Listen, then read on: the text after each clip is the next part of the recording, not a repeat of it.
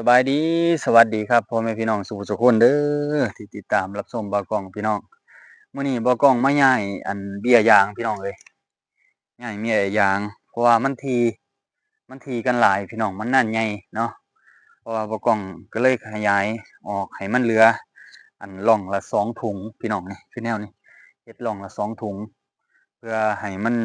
เจริญเติบโตไวพี่น้องเพื่อให้ลำใหญ่บ่าวกล้องก็ไปศึกษาในคลิปวิดีโอนั่นแหละเจ้าของก็ ตอนแรกก็ลองผิดลองถูกกันแหละพี่น้องเอ้ยเราก็บ่ฮู้เนาะตอนแรกก็ได้แต่ก็ปีนี้ก็คือว่าอากาศก็บ่ค่อยดีปานใดพี่น้องอากาศมันร้อนอากาศมันร้อนหลายปีนี้เลยเฮ็ดแบบว่าเฮ็ดให้เบี้ยมันตายไวครับพี่น้องมันแห้งมันเหี่ยวตายเนาะก็คือบ่กล้องก็เซาอบแล้วพี่น้องก็เซาอบแล้วมีแต่เอาผ้ากันแสงข้างบนนี่สูงขึ้นเนาะพี่น้องเนาะให้มันเพียงหัว อาแต่บ่ฮู้ว่าจะแม่นบ่แต่ว่าบ่ก้องเบิ่งในตามคลิปว่าเขาเจ้าบอกคักบอกแน่บ่บอกเต็มที่บ่หั้นนะเออความเป็นจริงว่าเขาสอนเรานี่แท้จริงบ่หั้นนะพี่น้องแล้วเราก็มาลองเบิ่งกับตัวเบิ่งเนาะพี่น้องเนาะบ่กล้องเอาขยายออกให้มันเหลือ2ถุงเพื่อให้มันเจริญเติบโตไวขึ้นแต่ว่ามันสิเป็นตามที่บ่กล้องคิดบ่นะบ่ฮู้ว่าอย่างประมาณนี้พี่น้องเอ้ย บ่ฮู้ว่าเราจะใส่ปุ๋ยสูตรใดแน่เนาะพี่น้องเนาะคันผู้ใดฮู้เนาะพี่น้องเนาะขออนุญาตบอกบ่กล้องให้เด้อพี่น้องเอ้ยใต้คอมเมนต์เนาะเพราะว่าบ่กล้องก็ลองผิดลองถูกเนาะจับจิบจับหาใส่พี่น้องบ่กล้องก็ได้บ่เป็นก็อยากเฮ็ดให้มันเป็นพี่น้องเอ้ยเพื่อมื้อหน้ามื้อในเราก็จั่งบ่ได้ไปถามคนอื่นเนาะเฮ็ดเองแล้วก็เอาความรู้นี่ไปสอนผู้นั้นผู้นี้คนที่เพิ่นอยากปลูกใหม่ก็พอได้เอา อาศัยว่าเจ้าของเคยเฮ็ดของเจ้าของมาไปเว้าสู่พี่น้องเพิ่นฟังเนาะพี่น้องเนาะว่าปีนี้ข้อยเฮ็ดจั่งซั้นจั่งซี้มันเป็นลักษณะแนวนั้นแนวนี้ว่ามันรอดน้อยรอดหลายส่ำใดหั้นนะพอได้เว้าให้เพิ่นฟังเนาะพี่น้องเนาะมื้อนี้ก็ค่อยๆย้ายไปพี่น้องเอ้ยเพราะว่าย้ายไวบ่ได้พี่น้องเฮ็ดได้แต่ตอนหัวค่หัวค่ำก็คือ3-4โมงนั่นแหละพี่น้องถ้าว่าย้ายช่วงแดดแดดแจ่มก็บ่ปานใดพี่น้องมันสิได้แค่ตอนเช้าตอนเช้าก็เช้าอีหลีหั้นแหละ แล้วก็ช่วงตอนนี่แหละ3-4โมงแลงนี่แหละพี่น้องค่อยๆขยายออกเนาะบ่น้อยบ่หลายพี่น้องเอ้ยมันก็นี่บ่กล้องย่อให้เบิ่งนี่พี่น้องมันกำลังสิออกสัด2เนาะอันนี้เป็นพันธุ์ของ600พี่น้องพันธุ์600อิหยังเพิ่นเอิ้นพันธุ์600ทางลาวนี่แต่อยู่ทางใดเพิ่นก็สิเอิ้นพันธุ์600คือกันนั่นแหละเนาะพี่น้องเนาะนี่พี่น้อง บ่กล้องลองผิดลองถูกว่าจะเป็นลักษณะแนวใดพี่น้องมันเป็นโบๆแนวนี้เนาะบ่กล้องข้างในนี่พี่น้องมันเป็นโบแบบนี้เนาะบ่กล้องก็สิเอาขี้ดินนี่พี่น้องดินที่เราขุดร่องนี่แหละพี่น้องเราก็กรอกลงไปเนาะกรอกลงไปข้างในนี่พี่น้องให้มันเต็มเนาะเพราะว่าตอนแรกเราก็กรอกเต็มหั่นแหละพี่น้องเรากรอกเต็มหั่นแหละแต่ว่ามันเรารดน้ำตลอดนะเรารดน้ำตลอดมันก็เลยเฮ็ดให้ ดินยุบลงเนาะพี่น้องเนาะดินยุบลงเพราะว่าเรารดมันเราบ่ได้ใส่บัวเด้พี่น้องเราฉีดใส่เลยนะแต่ว่าเราบ่ฮู้คือกันว่ามันสิได้รับผลกระทบต่อยอดมันบ่ถ้าเราฉีดใส่เลยเนาะคือมื้อนี้ก็คือให้น้องเลาอั่นซื้อบัวมาให้แบบต่อใส่สายน้ำเลยนะพี่น้องอาเพราะว่ากล้องก็บ่ฮู้ดอกว่ามันสิเป็นลักษณะแนวใดแหน่เนาะสิเฮ็ดดูแลจั่งใดหั้นนะพี่น้องบ่กล้องก็ถาม ไทบ้านนี่แหละถามไทบ้านผู้นั้นผู้นี้ก็เว้าไปจังซั่นจังซี่เขาบ่ค่อยอยากบอกเรานะพี่น้องเขาย้านเราได้ลื่นนะบ่กล้องก็เลยแบบเอ้าบ่เฮ็ดดอกวะบ่ถามเขาดอกหาเบิ่งเอาในคลิปในหยังเอาพู้นแหละวะอืมเพราะว่าเขาบ่ค่อยอยากบอกความจริงเราปานใดนะพี่น้องเอ้ยนี่เราก็ค่อยๆอิงกันพี่น้องอิงกันไปแต่เราก็เลี้ยงไปเรื่อยๆมันก็สิมี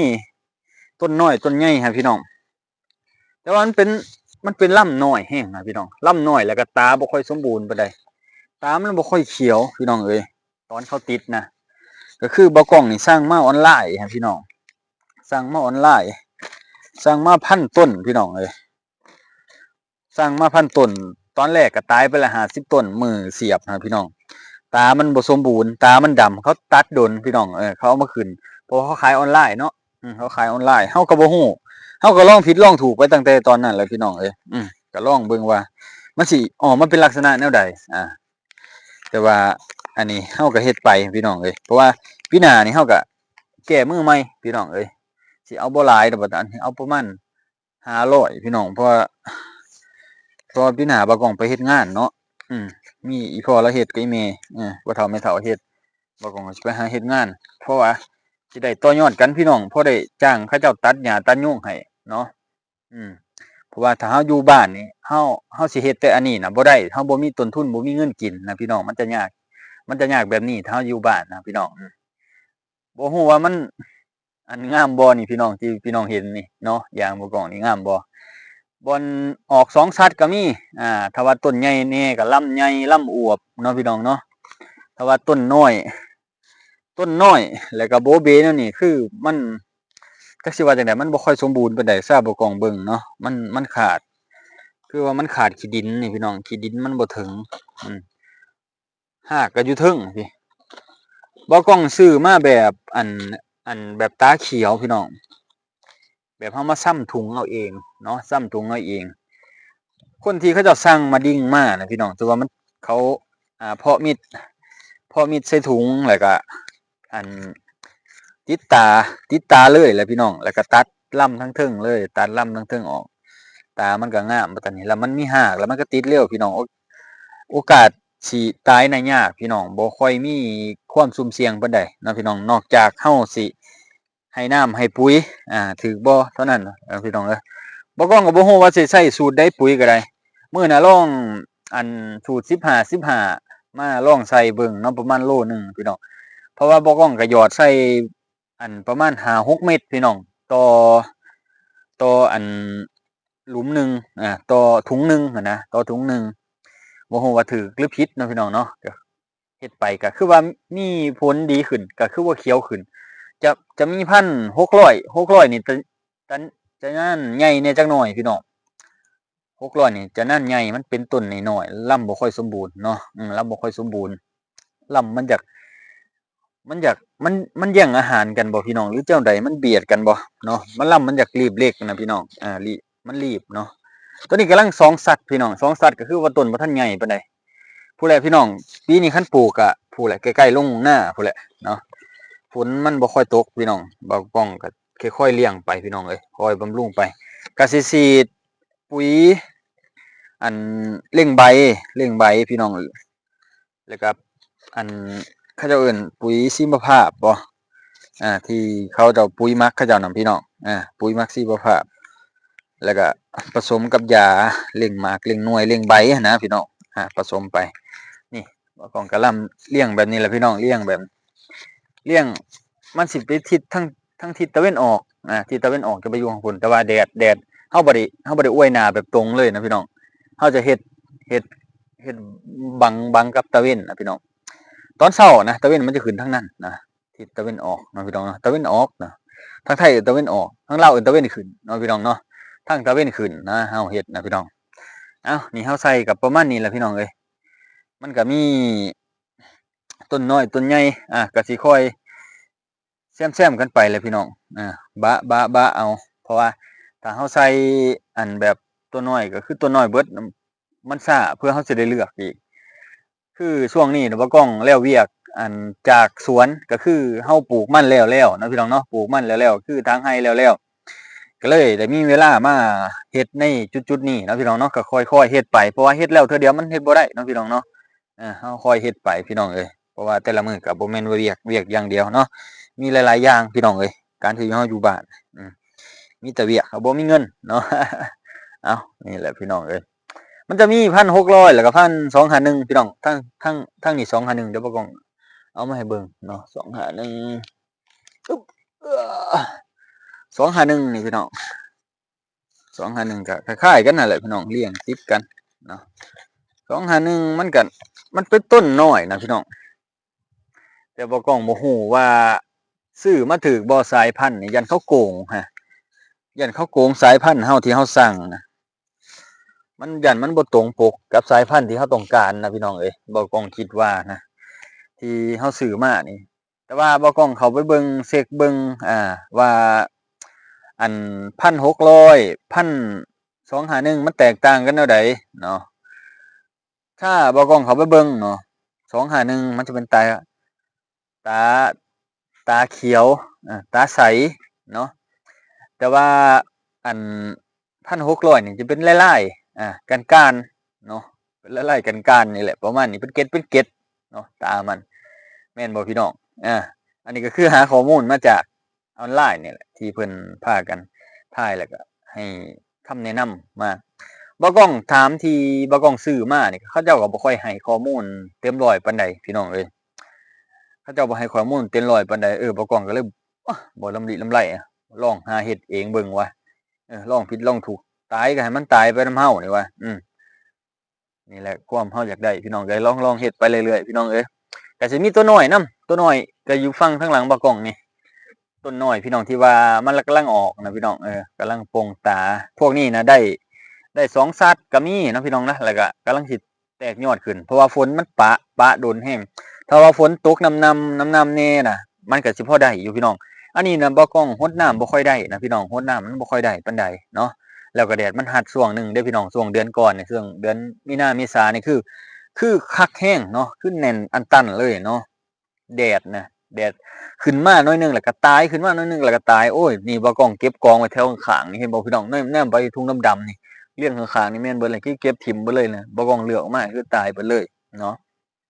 คือว่า251นี่โอเคพี่น้อง251251โอเคเดี๋ยวบ่กล้องจัดแจงเบิ่งสะอาดหูสะอาดตาแล้วบ่กล้องสิให้อัปเดตให้พี่น้องได้เบิ่งนำกันเนาะพี่น้องเนาะเอามื้อนี้ก็สิประมาณนี้เด้อพี่น้องเด้อขอฝากพ่อแม่พี่น้องฝั่งไทยฝั่งลาวที่เป็นชาวเกษตรกรสวนยางเนาะพี่น้องเนาะกดไลค์กดติดตามให้บ่กล้องเด้อพี่น้องเด้อคอมเมนต์แลกเปลี่ยนความคิดเห็นนำกันบ่กล้องก็ลองผิดลองถูกไปเบิ่งว่ามันสิเป็นลักษณะแนวใดเนาะปีนี้ว่ามันสิใหญ่สิสูงบ่เนาะพี่น้องเนาะต้นลำมันบ่กล้องก็อยากให้มันใหญ่มันสูงพู้นล่ะเพื่อปลูกก็อยากให้มันได้3ชาติพู้นแหละเนาะในใจก็ได้เขาเจ้าว่าต้นใหญ่แฮ่งดีใหญ่ไวแฮ่งดีสูงแฮ่งดีแต่ว่าเฮาก็ต้องให้มันมีความแข็งแรงนั่นแหละความคิดเจ้าของเนาะก็เน้นปุ๋ยที่มันเป็นประโยชน์ที่มันได้ทั้งรากได้ทั้งใบได้ทั้งต้นได้ทั้งลำมันเนาะพี่น้องบางคนน่ะที่บ่กล้องเห็นนะอยากเร่งมันเกินไปอยากเร่งมันเกินไปเอาปุ๋ยหมากหรือปุ๋ยใบมาใส่มันก็บ่ได้เหมาะสมกับพืชที่เฮาปลูกสมมุติเนาะก็เอาปุ๋ยหมากมาใส่แต่ว่าเฮาบัดเน้นใบกับเน้นรากนี่มันบ่ถือกันได้พี่น้องบ่กล้องเห็นแหละคือชาวบ้านเขาเจ้าจับจิบจับหาใส่ก็คือว่าแหละเขาเจ้าบ่ได้ค่อยเช็กข้อมูลพี่น้องบ่ได้หาข้อมูลมาอยากใส่สุ่มสี่สุ่มห้าไปแล้วลองผิดลองถูกไปแล้วก็ตายนั่นแต่ว่าเฮาลองผิดลองถูกแต่ว่าเฮาก็ต้องหาข้อมูลมานะพี่น้องเนาะ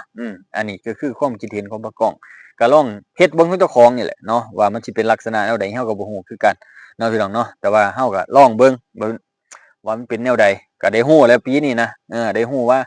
อันใดเฮาเฮ็ดผิดไปแล้วเนาะขั้นตอนแรกก็คือนี่บ่กล้องกอกดินบ่เต็มเนาะกอกดินบ่เต็มเนาะพี่น้องเนาะแล้วก็เสียบอันนี้ก็บ่ค่อยเป็นปานใดเนาะก็คือเสียบเสียบสูงเกินไปบางอันก็เสียบสูงเกินไปบางอันก็เสียบต่ำเกินไปเนาะพี่น้องเฮ็ดให้ตาเปื่อยตาอันเน่าเนาะพี่น้องเนาะบางอันก็เสียบสูงกว่าดินหลายแฮงเนาะพี่น้องเนาะก็คือนี่คือความผิดพลาดของบ่กล้อง